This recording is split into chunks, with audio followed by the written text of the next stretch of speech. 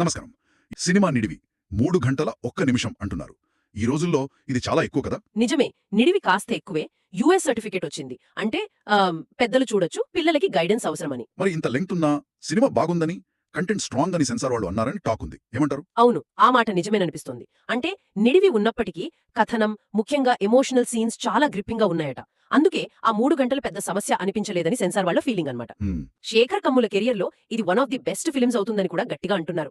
ఆయన సినిమాల్లో ఆ ఎమోషనల్ కోర్ ఉంటుంది కదా, అది ఇందులో కూడా బలంగా ఉందట. అద్భుతం. ఇక యాక్టర్స్ విషయానికొస్తే ఇక్కడే అసలు విషయం ఉందంటున్నారు. ధనుష్ బిచ్చగాడి పాత్రలో నటించారు కదా. అవును, ఆ పాత్ర గురించే ఎక్కడ చూసినా చర్చ. ఆయన నటన నెక్స్ట్ లెవెల్ అని, సినిమాకి అదే మేజర్ హైలైట్ అని గట్టిగా వినిపిస్తోంది. ఓ, అందరూ ఆయన యాక్టింగ్ గురించే మాట్లాడుకుంటారని అంటున్నారంటే మామూలుగా ఉండదు మరి. కరెక్ట్. నాగార్జున గారు కూడా అంతే. ధనుష్కి ఏమాత్రం తగ్గకుండా పోటాపోటీగా చేశారని సమాచారం. వాళ్ళిద్దరి మధ్య సీన్స్ అదిరిపోతాయని అంటున్నారు. అలాగా. మరి రష్మిక, ఆమె పాత్ర ఎలా ఉంది? రష్మిక పాత్ర కూడా కథలో చాలా కీలకమట. మంచి పర్ఫార్మెన్స్ ఇచ్చారని, గుర్తుండిపోయే క్యారెక్టర్ అని తెలిసింది. అంటే ముగ్గురివి కీలక పాత్రలే అన్నమాట. అవును, ముఖ్యంగా ధనుష్ పాత్రను శేఖర్ కమ్ముల తీర్చిదిద్దిన విధానం చాలా స్పెషల్ గా ఉంటుందట. ఇక టెక్నికల్ గా చూస్తే చెప్పండి. దేవి శ్రీప్రసాద్ సంగీతం, ముఖ్యంగా బీజిఎం సినిమాకి పెద్ద ప్లస్ అంటున్నారు.